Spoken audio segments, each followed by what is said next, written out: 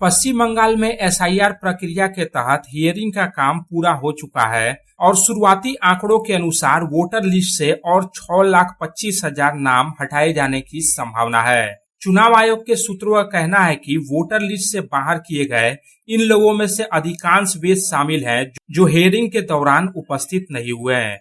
हालांकि यह संख्या अंतिम नहीं है, इसमें अभी और बढ़ोतरी होने की संभावना है क्योंकि जो वोटर हियरिंग में शामिल हुए थे उनके दस्तावेजों और जानकारी के सत्यापन का काम अभी भी जारी है।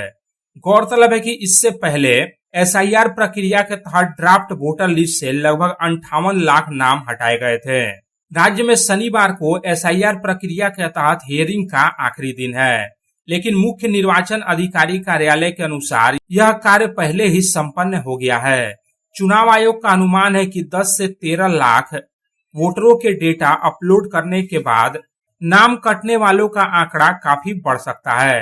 अब तक 1,23,00,000 वोटरों की जानकारी सत्यापित की जा चुकी है और यह प्रक्रिया 21 फरवरी तक चलेगी।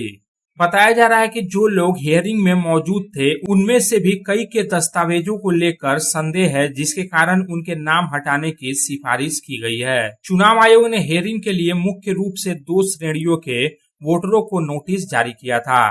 पहली श्रेणी में वे अनमैप्ड वोटर शामिल थे जिनका 2002 की वोटर लिस्ट के साथ कोई संबंध स्थापित नहीं हो सका। उनकी संख्या लगभग 32 लाख थी। दूसरी श्रेणी में लगभग 1,20,00,000 वोटरों के नाम थे जिनकी जानकारी में तकनीकी या तार्किक विसंगतियां पाई गई थी। इन सभी को ईआरओ, एईआरओ और बीएलओ के समक्ष उपस्थित होकर अपने दस्तावेज प्रस्तुत करने को कहा गया था। चुनाव आयोग द्वारा कुल 1.5 करोड़ नोटिस जारी किए गए थे।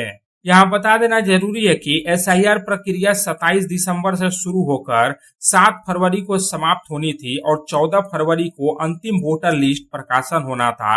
हालांकि दस्तावेजों के गहन सत्यापन और बढ़ती संख्या को देखते हुए अंतिम वोटर लिस्ट के प्रकाशन की तिथि को आगे बढ़ाकर 28 फरवरी कर दिया गया है।